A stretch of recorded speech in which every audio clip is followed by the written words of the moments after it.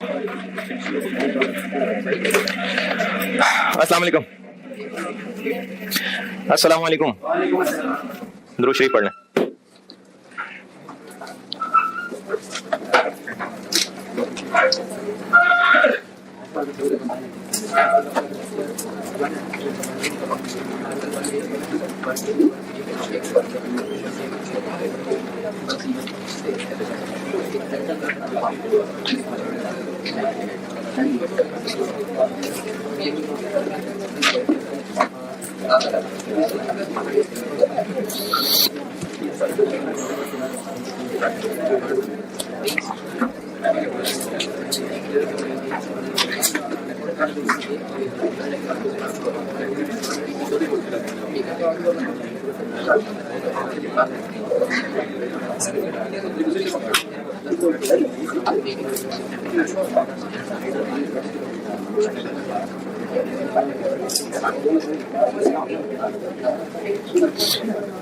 अच्छा, वो सीवीपी के 2 सवाल कहे थे, इसका तो आंसर यस ही बनता है। अगर किए होते तो अच्छा होता।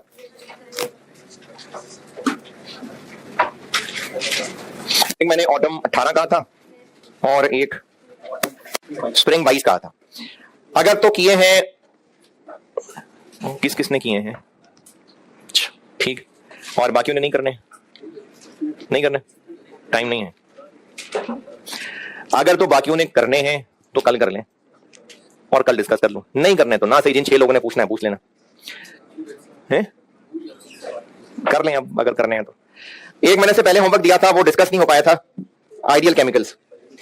तो उसमें 2 ही पॉइंट्स थे, अगर आपको भी याद नहीं भी है कोई बात नहीं, डिस्कशन सुन लें, शायद याद आ जाए बात। एक मैंने होमवर्क दिया था ऑटम 16 आइडियल केमिकल्स, एक सवाल क्लास में कराया था और उसका एक एडवांस वर्जन जो होमवर्क दिया था आइडियल केमिकल्स। इसमें 2 पॉइंट हैं, अगर आपको याद हो और कुछ पूछना तो पूछ लीजिएगा, मेरी तरफ से बताने वाले इसमें 2 पॉइंट्स हैं। एक पॉइंट इसमें यह था कि जो मैंने क्लास में सवाल किया था उसमें तो ऑलरेडी पर यूनिट ही इंफॉर्मेशन दी हुई थी, लेकिन इसमें पर बैच इंफॉर्मेशन दी हुई थी। तो इसको हमने पर बैच से पर बोतल तक लेके जाना था, और एक बैच में 2000 लीटर काम शुरू होके 300 लीटर हो जाता था लॉस, जिसमें से 100 लीटर चिड़ियां ले गई और 200 लीटर खराब हुआ। 1700 लीटर प्रोडक्ट बन सका, और 1700 लीटर नंबर ऑफ बॉटल्स के हिसाब से, क्योंकि सवाल में तो हम बॉटल्स बेचते हैं, एक बॉटल होती है 1.25 लीटर की, तो इससे 1360 बॉटल्स निकलेंगी। एक तो इसमें यह पॉइंट था कि हमें खर्चे दिए हुए थे बैच के हिसाब से, उनको एक बैच का कैलकुलेट करने के बाद इससे डिवाइड करना था तो पर बॉटल आ जाना था। एक ये पॉइंट था। इसमें अगर कोई इख्तलाफ परेशानी है तो बोले जी। हाँ,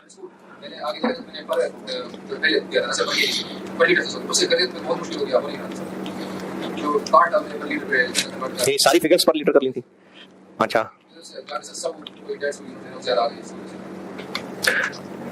यानी आपने उस हर फिगर को कैसे किया, किसे डिवाइड किया? हर फिगर को 1360 से डिवाइड कर लिया? नहीं, 2000 से क्यों किया? पर करना था तो पर प्रोडक्ट करना था ना। ये तो यार वेरियस में भी ऐसे ही करते थे।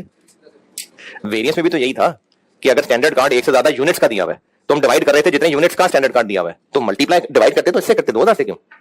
तो वो 2000 से डिवाइड करना गलत था। अगर आप हर लाइन को 1360 से डिवाइड कर लें ठीक है, फिर एंड पे ना करना। 2000 से डिवाइड करना गलत था। बैच और ये नंबर ऑफ बॉटल्स वाला एक पॉइंट था इसमें, जिन्होंने भी किया है, इस नंबर ऑफ बॉटल से डिवाइड करने में कोई एतराज।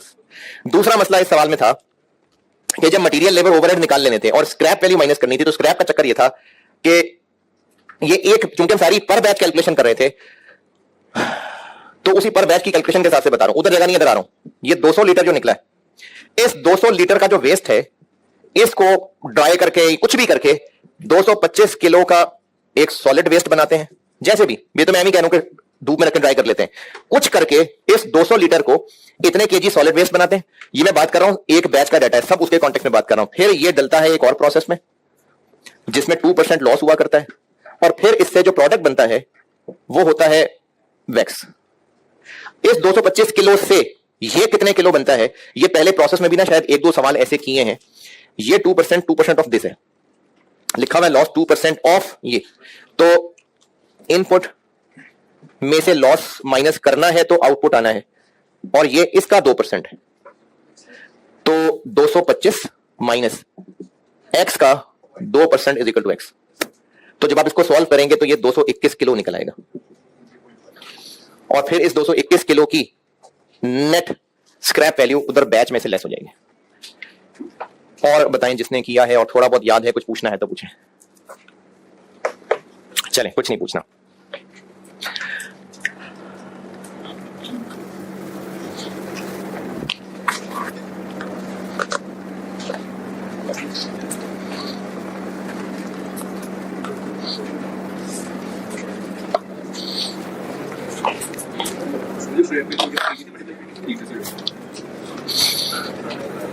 ₹400 और 290 वो पर केजी है, तो मल्टीप्लाई भी केजी से करेंगे ना।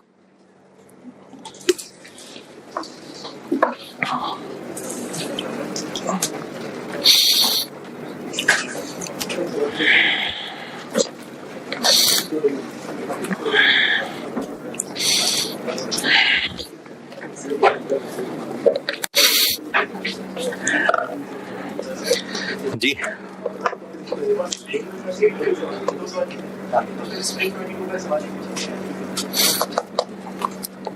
हाँ, तो वो कल करके आए ना। समझ ही नहीं आया था तो ये तो सही बात नहीं है, मसले होंगे ना। हाँ, तो कल करके आए। जिन्होंने नहीं करने हैं वो भी करें। स्प्रिंग 22 और ऑटम 18 ये दो कहे थे।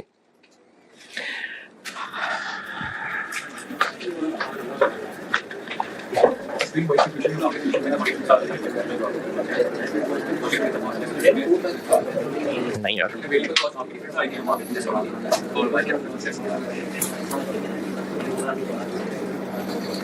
स्प्रिंग 22 में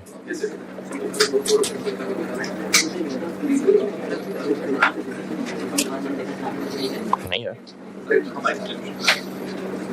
शायद वो प्रेजेंटेशन डिफरेंस हो, वरना एंड तो सेम ही है।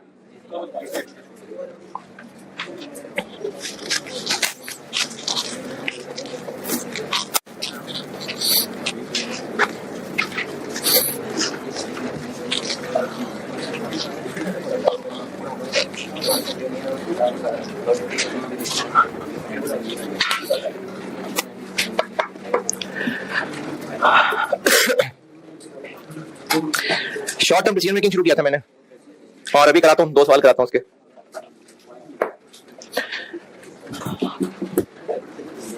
अच्छा, उससे पहले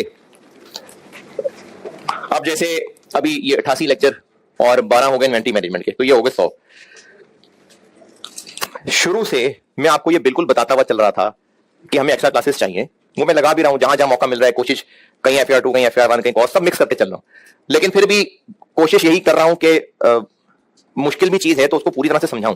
तो अब ना मुझे बार बार पूछ के टेंशन नहीं देना कि सिलेबस कब खत्म होगा। ये मैं आप लोगों को भी कह रहा हूं और ये जो ऑनलाइन के उनको भी कह रहा हूं। इरादा इंशाल्लाह है कि कभी ना कभी खत्म हो जाएगा, लेकिन आप जब बार बार पूछते हैं ना, खासतौर पर ग्रुप के अंदर, वो बड़ी इरिटेटिंग बात है। तो अगले संडे को क्या तारीख है? ये संडे को 6, और उससे अगले संडे को 13, और उससे अगले को है 20। ठीक है, और उससे अगले संडे, हाँ ठीक है, बस ऐसे ही देखा था, कैलेंडर आता है कि नहीं आता। तो 6 तक कोशिश तो पूरी थी, लेकिन आपके चूंकि बाकी कोर्सेज भी चल रहे हैं, वरना पहले ये सोचा था कि इस वीक में कहीं कुछ शामों को एक्स्ट्रा करके, लेकिन आपके बाकी कोर्सेज भी सारे के सारे चल ही रहे हैं इस वीक के अंदर, तो इसलिए उस तरह से उतनी एक्स्ट्रा तो फिर नहीं कर पाऊंगा वीक में, तो इसलिए शायद को 2-3 दिन ऊपर लग जाए। लेकिन ये देख लें कि कोशिश है, तो इसलिए अगर आप इसमें प्रेशर डालते हैं ना, तो फिर या फिर बाकियों को लगना शुरू होता है सर टपा रहे हैं, बस नहीं, ऐसे बेइज्जती ना करें। तो इसलिए मेरी तरफ से स्टिल कोशिश है काफी, लेकिन आप लोगों से गुजारिश है कि आप बिना छुन्ने मुन्ने ना बन जाए। जैसे ये खासतौर पर रिकॉर्डिंग वाले बच्चे, मैं आपकी ना बेइज्जती नहीं कर रहा, बल्कि नहीं, हाँ बेइज्जती कर रहा हूं कि आप ना थोड़े से अपने आप को बड़ा भी होने देना। अब जैसे ग्रुप में आप जब बच्चे इस तरह के सवाल पूछते हैं ना, और ये मैं वाकई बेइज्जती कर रहा हूं, वाकई लिटरली डीमोटिवेट नहीं कर रहा, लेकिन ये वाकई बेइज्जती वाली बात है कि अगर मैंने यहां पर ये बात लिखी हुई है कि sales into let's say 20% is equal to 180 million, तो फिर मैंने डायरेक्टली ये बात कही थी मैंने जबानी, फिर सेल्स निकाल दी, तो आप कैसे सेल्स की फिगर कैसे निकली है? तो इतने छुन्ने मुन्ने ना बने। जैसे किसी बच्चे ने पूछा भी हुआ था कि वो वेरियंस वाला कुछ पता नहीं सवाल था कि अगर यहां मैंने वेरियंस लिखा हुआ है 5 फिगर्स नहीं मुझे याद है, स्टैंडर्ड रेट इनटू 7 आवर्स लिखे हुए हैं, माइनस कोई एक्चुअल रेट लिखा हुआ है 50 इनटू कोई एक्चुअल आवर्स लिखे हुए, तो यहां से स्टैंडर्ड कैसे निकलेगा? फार्मूला क्या फार्मूला? हाँ जी, अब ये मैं सॉल्व करके दिखाऊं? यानी अगर आप ये सोच रहे हैं ना कि आप ये भी नहीं समझ पा रहे तो बेटे फिर वाकई बहुत मुश्किल है कॉस्ट पास करना। मतलब कॉस्ट में इतने मुश्किल मुश्किल कैलकुलेशंस में अगर आप इतना ऐसा पढ़ने के बाद ये भी नहीं कर पाए तो फिर मैं नहीं कुछ सिखा सका आपको। तो इतने छुन्ने मुन्ने ना बने, ये मैं वाकई बेइज्जती कर रहा हूं। जो बच्चे ने भी पूछा था सवाल, डीमोटिवेट नहीं कर रहा, वाकई बेइज्जती कर रहा हूं। इतने ना गिराए ना अपने आप को, या यहां वाले भी ऐसी सोच रहे हैं? क्यों भाई? अच्छा बताओ ना जरा कैसे निकलेंगे? कैसे बताओ? नहीं, एक्स की वैल्यू पुट किए बगैर बताओ। चलो ठीक है, शाबाश, सही। तो इस तरह की ना कैलकुलेशंस, इस तरह की छोटी मोटी कोई कैलकुलेशन बेटे अगर आप इतने मुश्किल में डाल लेंगे ना अपने आप को कि नहीं पता नहीं हो क्या रहा है, तो फिर ये कैसे पास करोगे पेपर? चलो गिर पड़ के कॉस्ट पास कर लिया, आगे एमएफए में क्या करेंगे आप? FAR2 पे डेफिनेट, FAR2 भी शायद आप में से कोई पढ़ रहे हो। कैसे करेंगे कंसोलिडेशन की कैलकुलेशंस, कैसे कर लेंगे आप? सीफैप तक पहुंच गए, कैसे करेंगे सीफैप में आप जाके? तो इसलिए अपने आपको ना थोड़ा सा खुद भी हौसला दे कि नहीं हो सकता, इतना कोई इम्पॉसिबल काम नहीं है। और अपनी ना महरूमी बनाना छोड़ दें कि मैंने कोई उर्दू स्कूल से पढ़ा था, मैंने उर्दू स्कूल से पढ़ा, मैंने उर्दू स्कूल से पढ़ा हुआ है, सो व्हाट? देखो इंग्लिश में बोल लेता हूं, सो व्हाट?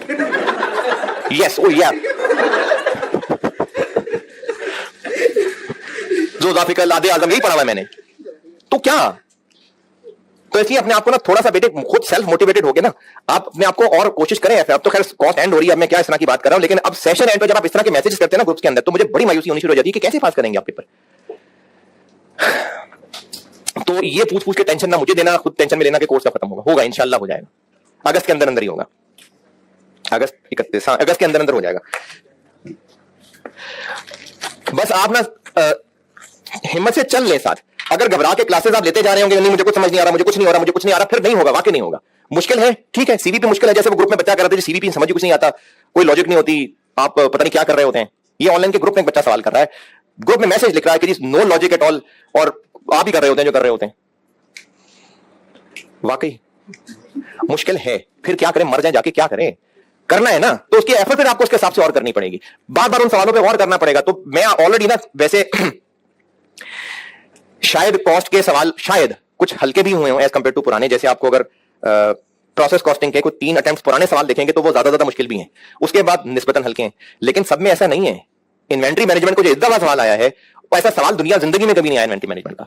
तो इसलिए मैं ऑलरेडी कोशिश पूरी कर रहा होता हूं कि मैं कॉस्ट आपको और मुश्किल लेवल पे तैयार करते हुए पढ़ा रहा हूं। लेकिन आप जब बिल्कुल हारना शुरू हो जाएंगे ना, फिर मायूसी की बात। तो बार बार सिलेबस पूछ के टेंशन नहीं देनी और हिम्मत करके चलते रहे साथ। शॉर्ट टर्म डिसीजन मेकिंग शुरू की थी मैंने, और मैं आपको ना अभी 2 सवाल और करा तो रहा हूं, लेकिन खासतौर पे उनमें जो पहला वाला सवाल कराने लगा हूं, ये मैं शायद छोड़ भी देता, लेकिन ऐसे ही बस करा रहा हूं। ये सवाल समझ आ जाए तो अच्छी बात है, वरना अगर ना समझ आया तो डीमोटिवेट नहीं होना। ये सवाल मैं छोड़ देता शायद, लेकिन ऐसे ही बस करा रहा हूं सवाल। और जब ये सारे स्पेसिफिक टाइप्स ऑफ डिसीजन करा दूंगा तो ये बेहतर हो गया होगा। ये जो मैं भी सवाल कराने लगा, हो सकता है आपको अभी समझ ना आए, हो सकता है, लेकिन जब ये डिसीजन मेकिंग कर लेंगे तो फिर ये बच्चों वाला सवाल है। एक मैंने नहीं, दो मैंने वो लेबर के स्टाइल वाले सवाल किए थे। चले एक और कराता हूं। ये शॉर्ट टर्म डिसीजन मेकिंग वाले चैप्टर में ऑटम 13 अटेम्प्ट का सवाल डाला हुआ मैंने, शायद कोई 19-20 क्वेश्चन है मुझे, शायद मेरी बुक में, डिजाइन लिमिटेड के नाम से, page 283, design limited, question 20, autumn 2013 attempt का सवाल है। पढ़ ले, मैं करता हूं।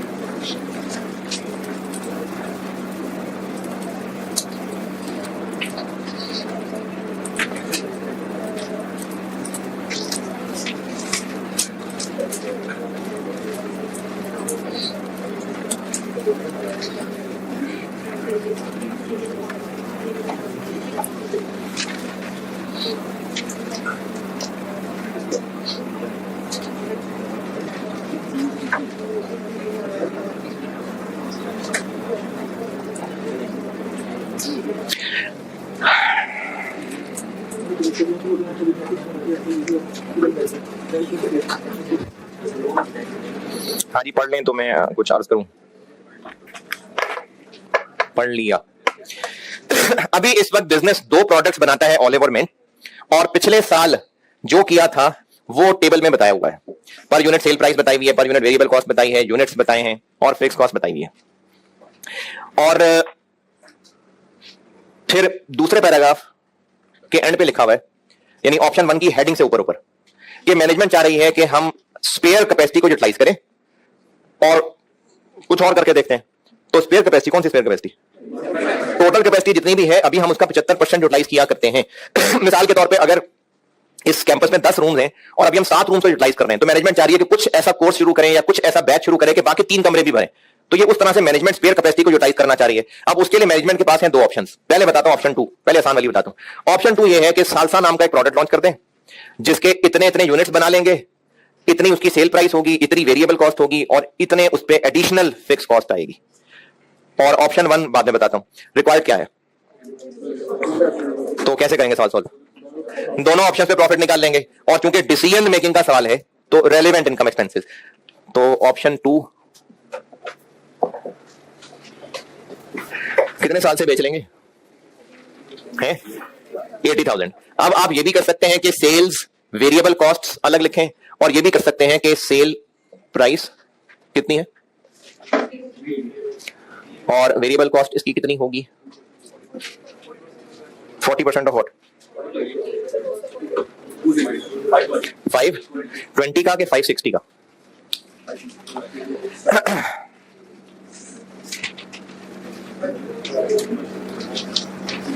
बल्कि पता नहीं मैं 560 बोला ही क्यों मैंने। हाँ जी, इसका 520 या 560? 560 क्या है? 520 है वेरिएबल प्रोडक्शन कॉस्ट और 40 और मिला ले सेलिंग, तो 560 बन जाएगा। तो सालसा के बारे में क्या लिखा हुआ है? A unit variable cost equal to 40% of the variable cost of olive. Variable production cost, बस वेरिएबल कॉस्ट, तो 560। तो 560 का 40% 224 156। तो टोटल कंट्रीब्यूशन कमाया जाएगा इससे 156 इंटू 80,000।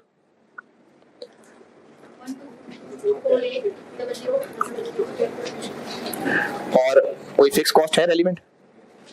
क्यों? क्योंकि एडिशनल है कितनी?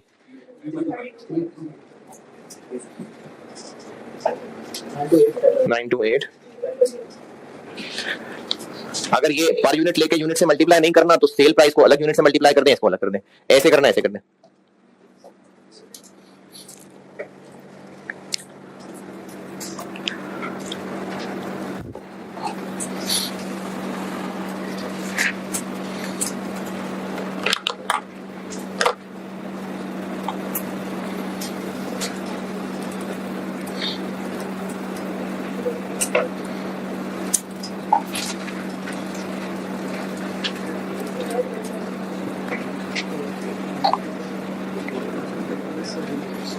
Okay. Option 2 done. Option one ये है कि एक सिंगल पैक लॉन्च करे जिसमें ऑलिव और मिंट दोनों हो। कितने कितने हो? एक डब्बे में कितने? एक ही हो। एक ही हो, सिंगल पैक जिसमें दोनों हो। अच्छा, इसको समझने के लिए ना आप ऑलिव और मिंट को ब्रश और पेस्ट समझ लें।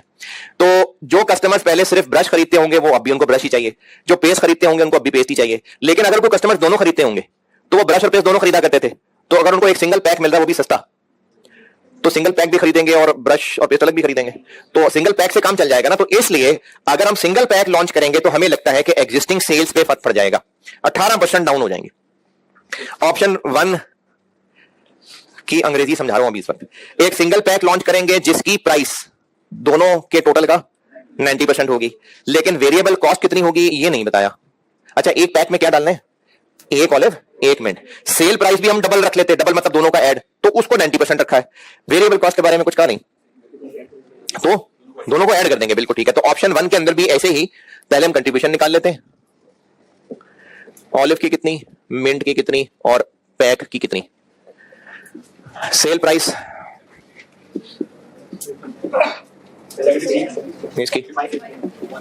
इसकी क्या बन जाएगी? 1179। इनको ऐड करके 90%, इनको ऐड करके 90% कैलकुलेट करके दिखाऊं। 1179 वेरिएबल कॉस्ट इसकी है 560 और इसकी, तो इसकी क्या होगी? इनको ऐड कर दें, क्योंकि ऐसा कुछ कहा नहीं जैसा सेल प्राइस के बारे में कहा। तो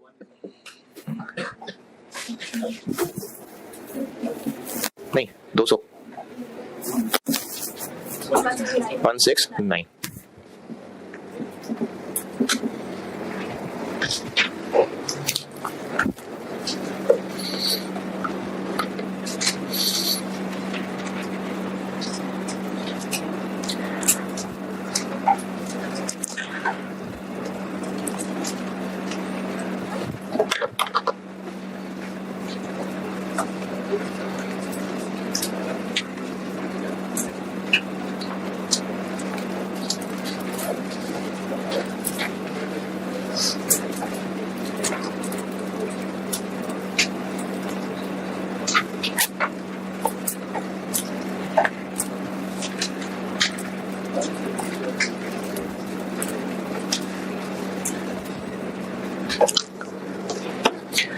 अच्छा, पीआरसी में क्यूएम में कभी ये एक्स और इस तरह की इक्वेशंस नहीं बना के सॉल्व की होती हैं?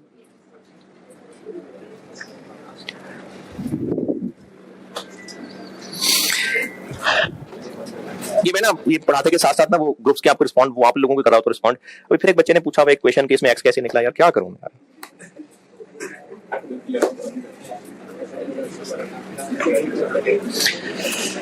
हाय हाय, कंट्रीब्यूशन पर यूनिट, इसको इसमें से माइनस किया तो ये आया है, ठीक है। तो ऑप्शन 1 में कोई एडिशनल फिक्स कॉस्ट है, तो वो जो एग्जिस्टिंग ऊपर टेबल में दी हुई है उनका क्या, वो पहले भी इतनी हो रही हैं, अब भी इतनी होंगी, तो उनको हम कहीं डिसीजन मेकिंग में कंसीडर करेंगे नहीं। तो अब फिर कंसीडर ये कर लेते हैं कि हम कितने पैक्स बेचेंगे, तो इनटू 169 ये रेलिवेंट होगा। और इसकी वजह से ये बिकने थे, नहीं बिक सकेंगे, तो वो एक रेलिवेंट कॉस्ट होगी, ठीक है। एक पैक्स बेचेंगे उससे कमाएंगे, वो इनकम है, और ये ना बेच सकेंगे तो वो हम ना कमा सकेंगे, वो कॉस्ट है। अब उसमें यूनिट्स निकाल लेते हैं। दो तरह से बता रहा हूं, दोनों में से आपको जो आसान लगे। अभी इस वक्त स्पेयर कैपेसिटी है कितनी, यूनिट्स अगर पूछो तो कितने यूनिट्स और बना सकते हैं? अभी स्पेयर कितनी है? 90,000।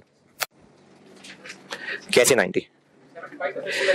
1,20,000 एक के और 1,50,000 एक के, टोटल 270। अभी इस वक्त जो हम साल में 2,70,000 यूनिट्स बनाए, इनको इकट्ठे इसलिए कर लिया क्योंकि सवाल में लिखा हुआ है कि जितनी देर में एक ऑलिव बनता है उतनी देर में मिंट बनता है, मतलब बनाने के एतबार से एक ही है, जब जो मर्जी बना ले, तो इसलिए इनको इकट्ठे कर रहा हूं। तो 270,000 पिछले साल बनाए थे और ये थे 75%, तो टोटल कितना था फिर? 360 आ गया। अभी इस वक्त कितनी स्पेयर है? अच्छा, अब इसमें एक मिसाल चेंज करता हूं। अभी मैं वही पहली मिसाल पे आता हूं कि इस बिल्डिंग में 10 रूम्स हैं, 7 रूम्स में क्लासेस हैं, बाकी 3 में नहीं है। तो अगर मैनेजमेंट चाह रही है कि रूम भी भर लें, कोई कोर्स लॉन्च कर दें, कोई और एक्सरसाइज करा लें, तो अब वो कितने रूम्स भरने हैं? 3। लेकिन उस नए कोर्स की वजह से जो एग्जिस्टिंग रूम्स वाले बच्चे थे वो भी शायद उसी में शिफ्ट हो जाएं, यानी जो अभी 7 रूम्स भरे में वो भी 6 रह जाएंगे। अब कितने रूम्स भरने हैं? अब 4 भरने हैं, क्योंकि मकसद क्या है? कैपेसिटी को फुल यूज करना। और मिसाल देता हूं, इस रूम में अगर 150 कुर्सियां हैं और उनमें से 50 खाली हैं और ये चाह रहे हैं कि ये कुर्सियां भर लें, कितने लोग और बिठाने?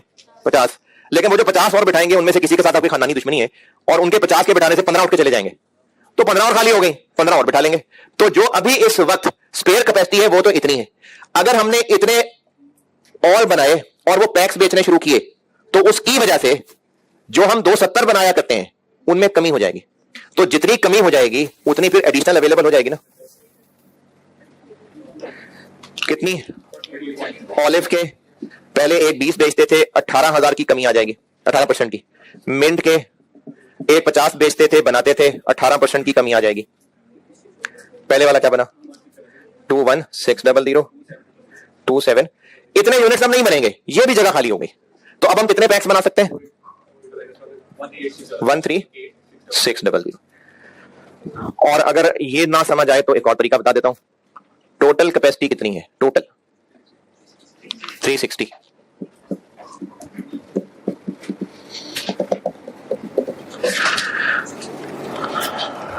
इसको 75 से डिवाइड क्यों किया? Total into 75 is equal to 270। तो 75 कितना आ गया? 360।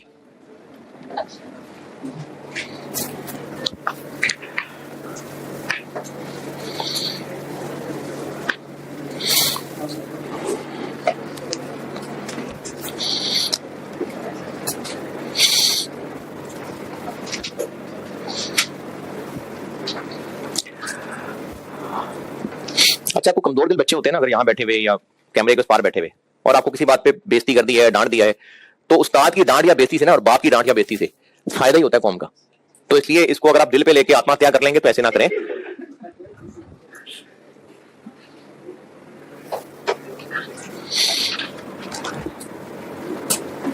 टोटल कैपेसिटी इतनी है और हम लोग ऑलिव और मिंट का बिजनेस बंद करना चाह रहे हैं? नहीं, हम तो स्पेयर कैपेसिटी को यूटिलाइज करना चाह रहे हैं। तो जितने ऑलिव और मिंट हमने इंडिविजुअली बेच लेने हैं तो उतने तो बनाए ना। ऑलिव कितने बनाएंगे? अब हम ऑलिव बनाएंगे एक 20 की बजाय इतना, मिंट बनाएंगे एक 50 की बजाय इतने। कितने? ये वाला 98,400 और 12।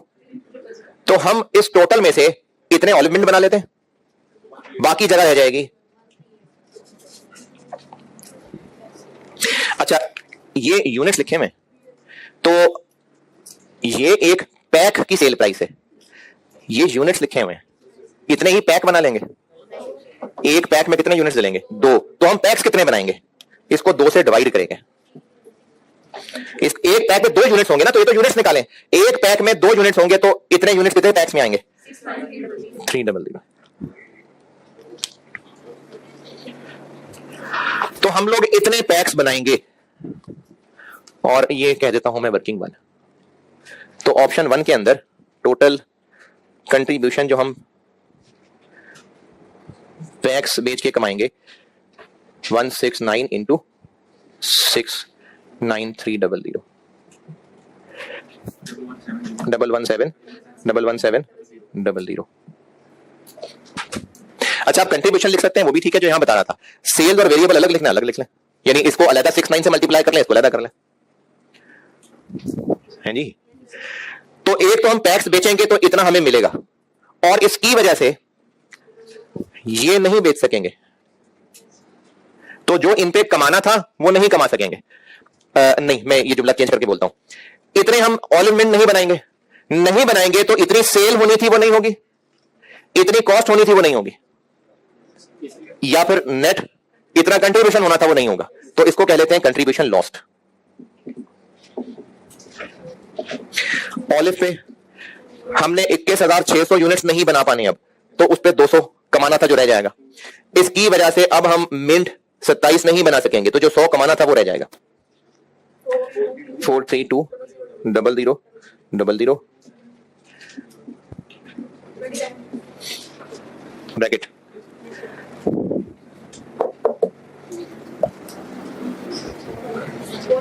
4691। तो ऑप्शन 1 और ऑप्शन 2, ऑप्शन 2 बेहतर है।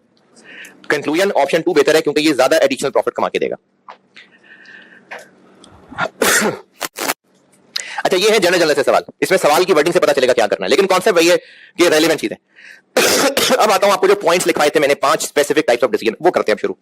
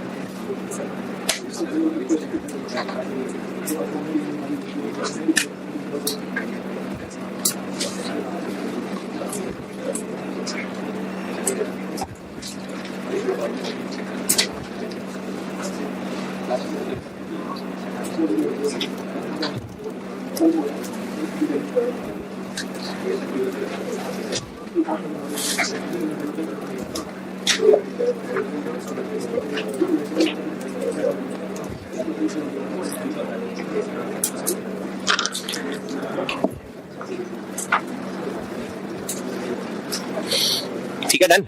चले, अब मैं आ रहा हूं वो स्पेसिफिक टाइप्स ऑफ डिसीजंस पे।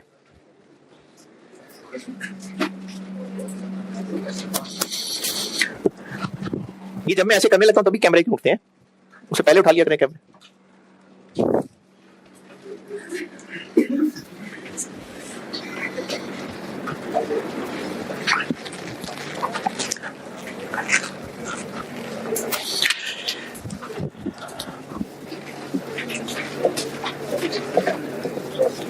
ये मैंने 5 टाइप्स ऑफ डिसीजन लिखे थे।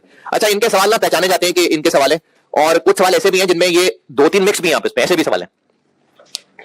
तो इन 5 में सबसे पहला क्या लिखा था मैंने? Evaluation pricing of special order. अच्छा, अब ये जो है ना स्पेशल ऑर्डर, इसकी गहराई में मैं कल वाली क्लास में उतारूंगा। अभी इसकी गहराई से पहले मैं आपको इवैल्यूएशन ऑफ प्राइसिंग समझा लूं। और ऑर्डर का वर्ड जरूरी नहीं है, ये मैं कभी समझाते हुए हो सकता है ऑफर यूज कर रहा हूं, कभी हो सकता है मैं जॉब का वर्ड यूज कर रहा हूं। ये जो ऑर्डर लिखा हुआ है ना, इसमें हो सकता है कभी मैं समझाते हुए जॉब का वर्ड यूज कर रहा हूं, कभी ऑफर, कभी प्रपोजल। इस अंग्रेजी में स्पेशल वाली बात, और अभी एक अंग्रेजी और लिखता हूं, इसकी गहराई में जाना है कल। अभी उस गहराई में जाने से पहले मैं आपको एक सवाल कराऊंगा इसका। लर्निंग कर्व तो आपने देख ही लिया होगा। लर्निंग कर्व का है सालों में इस्तेमाल।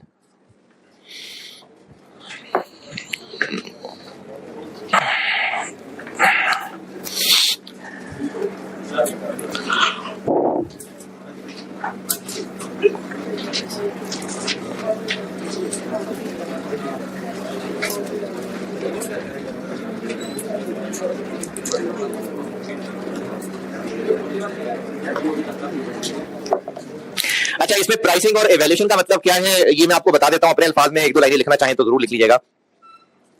कस्टमर हमसे ना कुछ चीज खरीदना चाह रहा है, और प्राइसिंग का मतलब यह है कि वो हमसे प्राइस पूछ रहा है, हमने उसको प्राइस कोट करनी है। और इवैल्यूएशन का मतलब यह है कि उसने प्राइस बताई है, हमने हाँ या ना बताना है। दोबारा, कस्टमर ने हमसे कोई चीज मांगी है, हमने उसको बना के देनी है। अगर प्राइसिंग है तो प्राइसिंग मैं इसको कह रहा हूं। अच्छा, ये नाम इंपॉर्टेंट नहीं है, ये मैंने इवैल्यूएशन ऑफ प्राइसिंग, सवाल में आपको प्राइसिंग का नाम नहीं लिखा मिलेगा, इन दोनों में जो काम है वो बता रहा हूं। कस्टमर हमसे कोई चीज खरीदना चाह रहा है, या तो उसको प्राइस हमने बतानी होगी, इसको मैं कह रहा हूं प्राइसिंग ऑफ स्पेशल ऑर्डर, या फिर कस्टमर ने खुद ही कहा होगा इतने पैसे देने हैं बताओ बेचते हो तो हमने उसको हाँ या ना करना होगा, इसको मैं इवैल्यूएशन कह रहा हूं। दोबारा, कस्टमर हमसे कोई चीज खरीदना चाह रहा है, या तो हमने उसको खुद उसकी प्राइस बतानी होगी, इसको मैंने कहा प्राइसिंग ऑफ स्पेशल ऑर्डर, या फिर कस्टमर ने कहा होगा 500 चेयर चाहिए मुझे, 15,000 की खरीदूंगा, तो उसने हमें खुद प्राइस बता दी, अब हमने हाँ या ना करना है। नहीं, चले अगर इसमें कुछ लिखना हो तो लिख लें, प्राइसिंग और वैल्यूएशन का फर्क, अगर नहीं लिखना तो ना करना।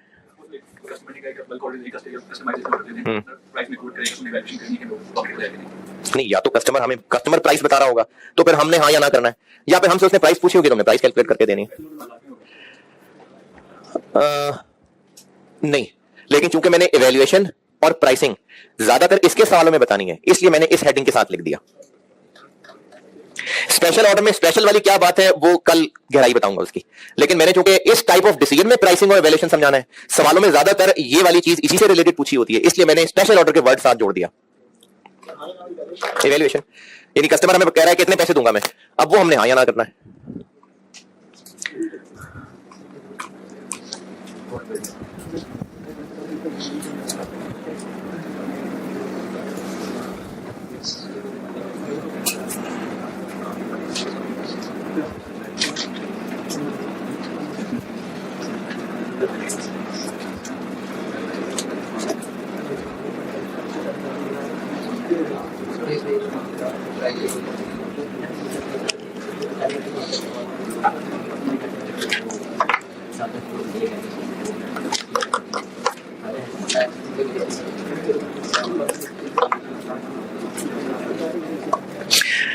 चले कहानी लिख ली।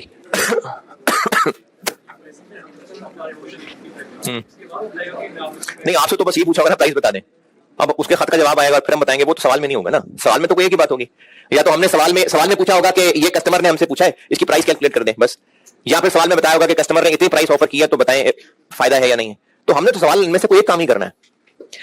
अच्छा है ये डिसीजन मेकिंग है, क्यों? ये तो हाँ या ना है, डिसीजन मेकिंग है, ये भी डिसीजन मेकिंग है, हम उसको प्राइस कोट कर रहे हैं कि कितनी प्राइस रखनी है, तो इन दोनों में है चूंकि डिसीजन मेकिंग ही, तो इसमें हम लोगों ने कैलकुलेशंस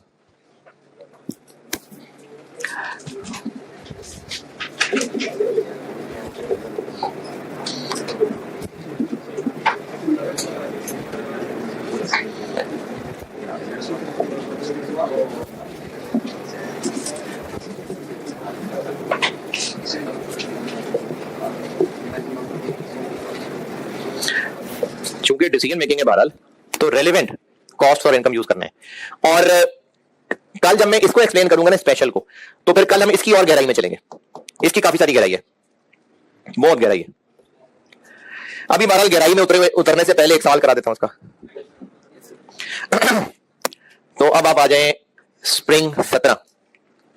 अच्छा, जब मैं जहां से जिस सवाल पे ले जाता हूं सवाल नंबर भी लिखते हैं ना, सवाल नंबर, पेज नंबर, अटेम्प्ट, हाँ तो स्प्रिंग 17 पे आ जाए, लेकिन इस चैप्टर के नहीं, लेबर में आ जाए। लेबर वाला चैप्टर, लेबर वाले चैप्टर में spring 17 smart processing, page 59 question number 3। Labour वाले चैप्टर में page 59 question number 3 smart processing. पढ़ लें, करता हूं।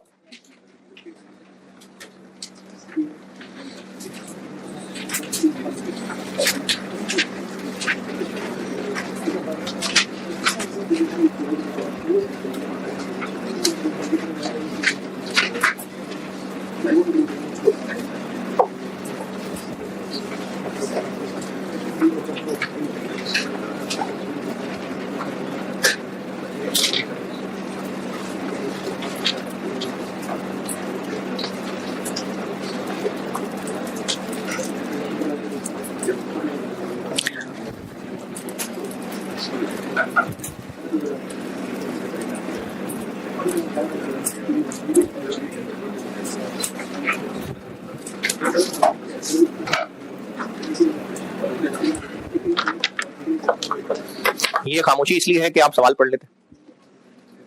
लास्ट अटेम्प्ट वाले तो भूल गए होगे ना, पढ़े हुए तो पढ़ लो दोबारा।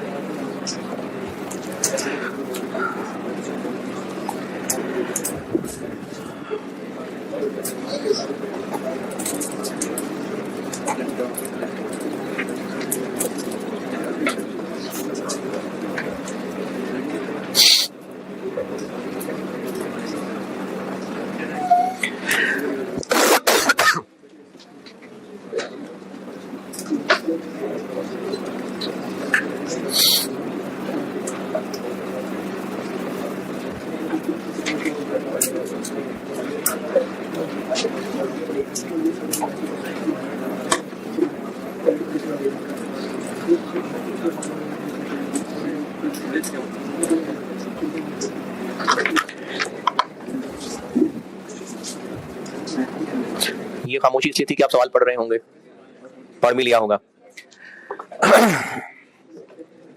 कस्टमर ने हमसे 10,000 स्पेशल कंपोनेंट्स खरीदने की बात की है, और पता नहीं स्पेशल का वर्ड मैंने क्यों बोल दिया। 10,000 कंपोनेंट्स हमसे खरीदना चाह रहा है, वो कंपोनेंट्स है, यूनिट्स है, पता नहीं क्या है, ऑटो पार्ट्स है। 10,000 ऑटो पार्ट्स हमसे खरीदना चाह रहा है, और उसके लिए रिक्वायर्ड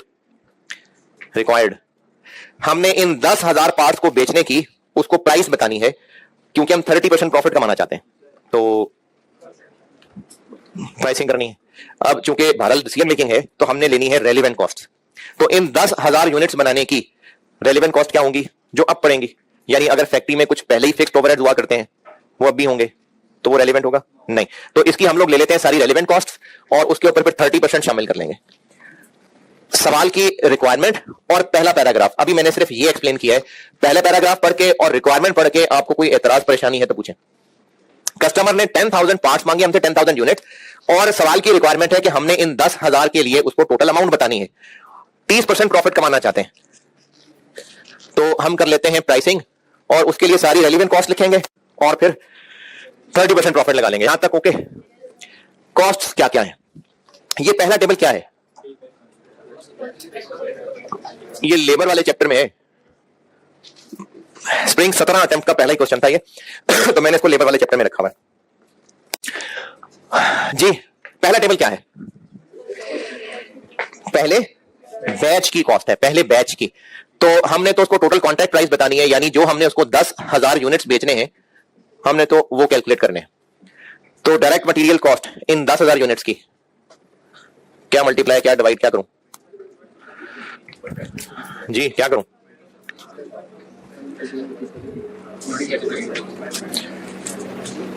ये 135,000 को इंटू 10,000 कर लूं?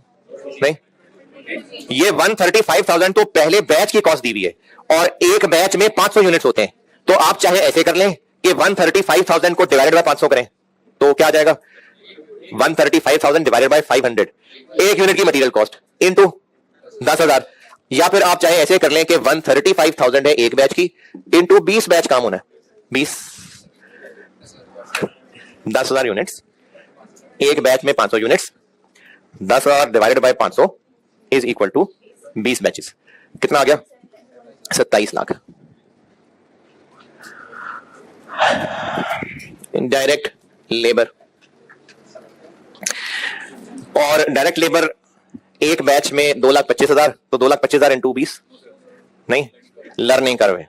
तो फिर ये तो अब आपको वर्किंग करनी पड़ेगी, और लर्निंग कर्व तो आप इतनी लर्निंग कर चुके हैं कि आपको, आपकी लर्निंग स्टॉप हो गई है। लर्निंग कर्व एक्स कितना रखें, 20 रख दें, लर्निंग स्टॉप हो गई भी आपकी। एक्स कितना रखें,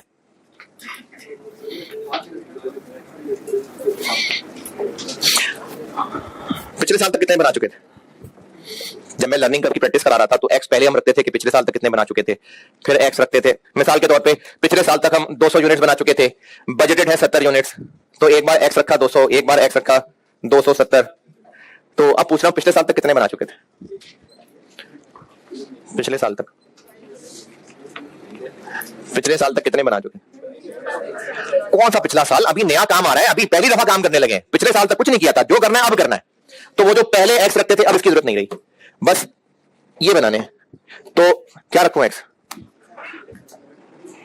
10,000, 4,000। अच्छा चले, एक्स नंबर ऑफ यूनिट्स रख रहे हैं कि number of batches? Number of batches, क्योंकि अगर सवाल बैचेस का है तो फिर लर्निंग अप्लाई होती है बैचेस पे। तो एक्स रखने नंबर ऑफ बैचेस, कितना रखूं एक्स? एक्स कितना रखूं?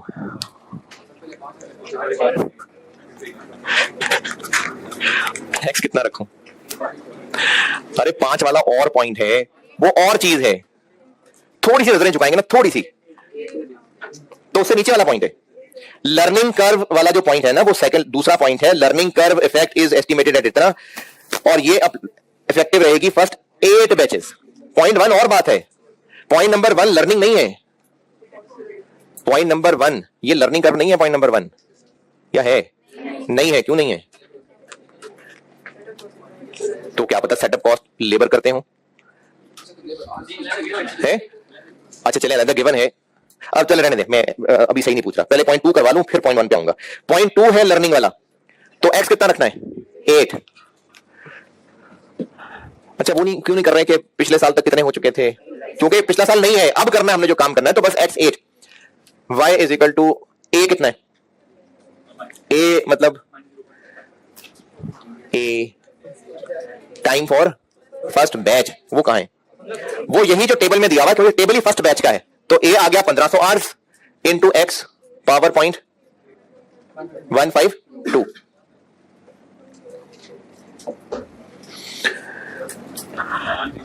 $1093.51। अच्छा इसमें अगर इसको 1094 कर लेगा तो कोई मसला नहीं है, वैसे 2 डेसिमल तक जाए जरूर, लेकिन राउंडिंग ऑफ कोई मसला नहीं होता। और टोटल फॉर 8 बैचेस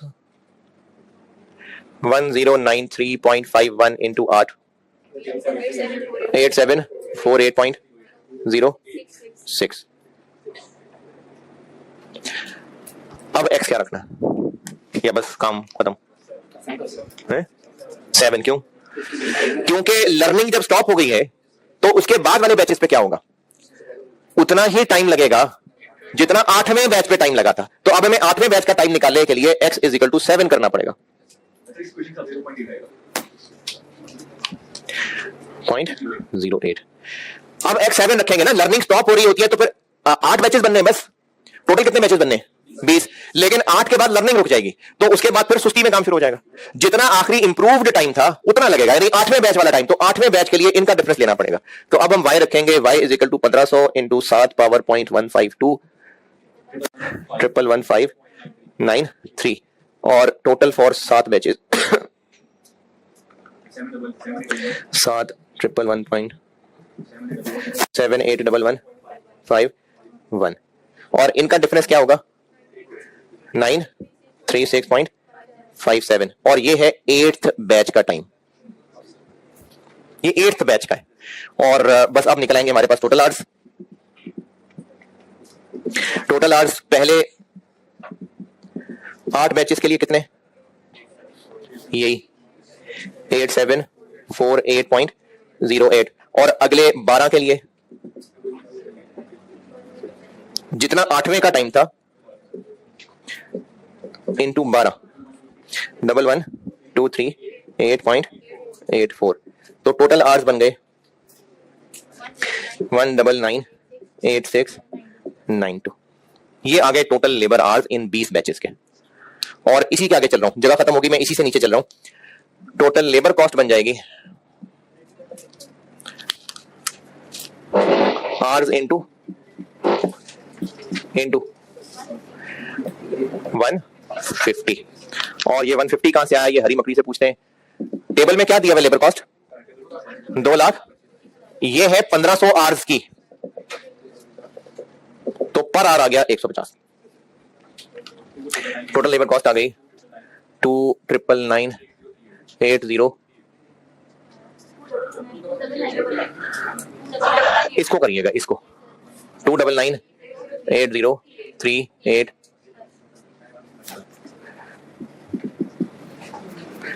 तो डायरेक्ट लेबर कॉस्ट हो गई 2,999,8038।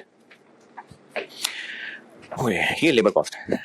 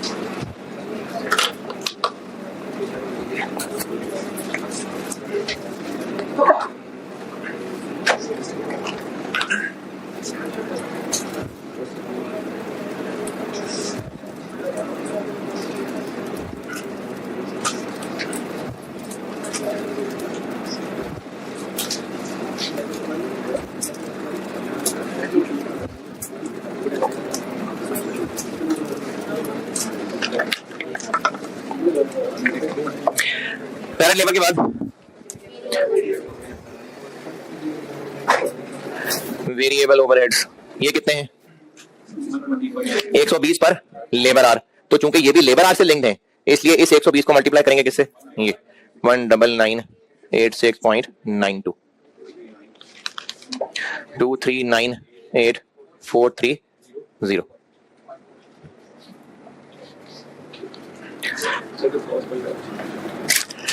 इससे आगे सेटअप कॉस्ट। अच्छा सेटअप कॉस्ट आप समझ लें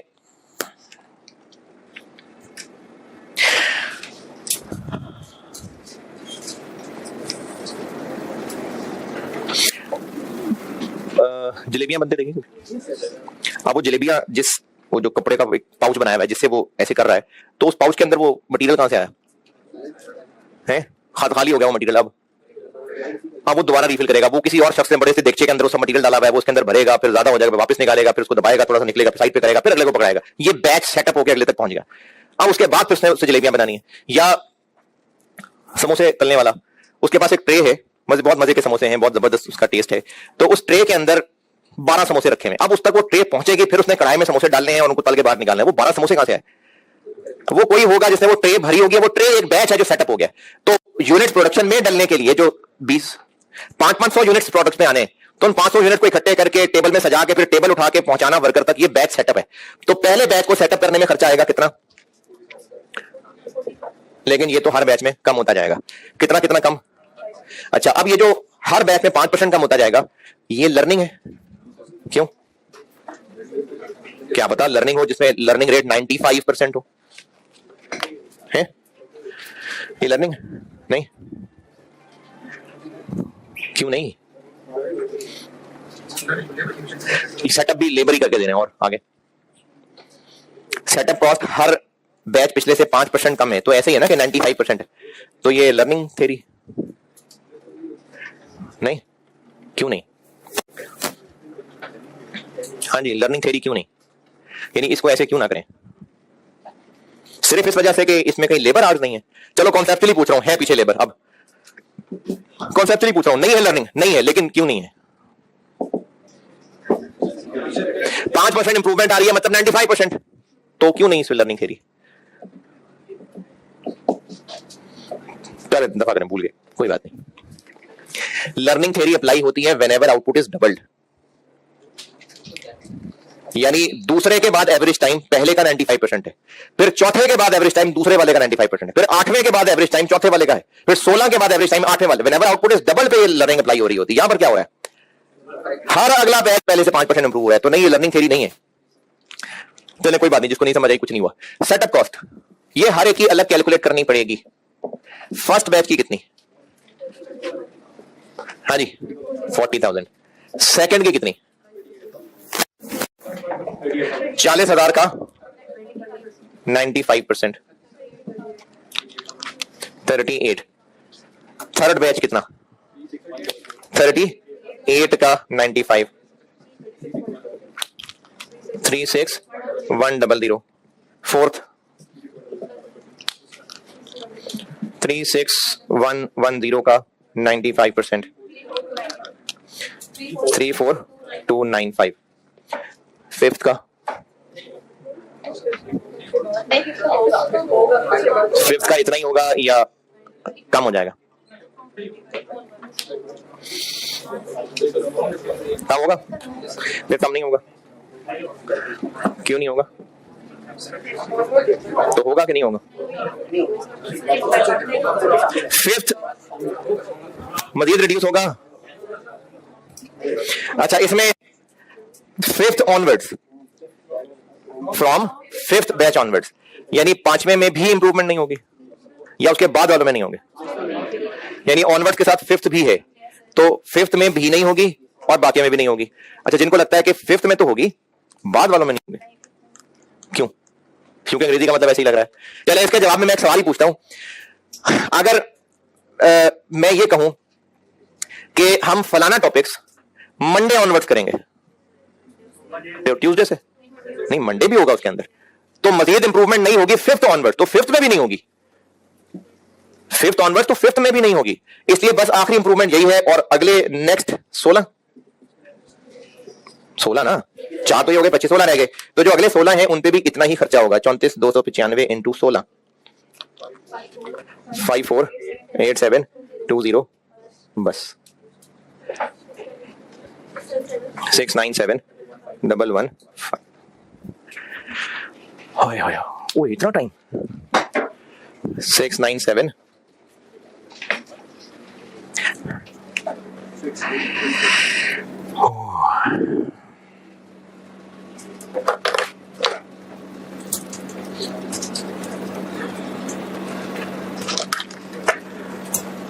fixed costs, allocation of existing overheads, allocation of existing overheads, allocation of existing overheads, existing पहले भी होते हैं, अब भी होंगे, बस पहले हो सकता है वो 4 डिपार्टमेंट में पढ़ते हैं और 5 में पढ़ जाएंगे, है वही जो टोटल हुआ करते हैं, तो ये रेलिवेंट नहीं होंगे। और डेप्रिसिएशन रेलिवेंट होगी, ये आपको ना कल शायद वरना परसों पता चलेगा, डेप्रिसिएशन होगी, बल्कि कल नहीं परसों पता चलेगा। कितनी है? 45,000 पर batch. Allocation of existing overheads भी अगर अभी समझ नहीं आया तो कोई बात नहीं, कल या शायद परसों 9। अब ये जो आंसर आएगा ये प्राइस निकलेगी नहीं, ये हमारी रेलिवेंट कॉस्ट आ गई, इन पे हमने मजीद प्रॉफिट कमाना है 30%, markup margin 30% of 30% of price margin. ये कितना बना? 9693583 और जो कॉन्ट्रैक्ट प्राइस पूछी हुई है 30% मार्जिन है, मार्जिन यानी ये 70% है, तो 9693583 को डिवाइडेड बाय 70%। ठीक है जी, अल्लाह हाफिज।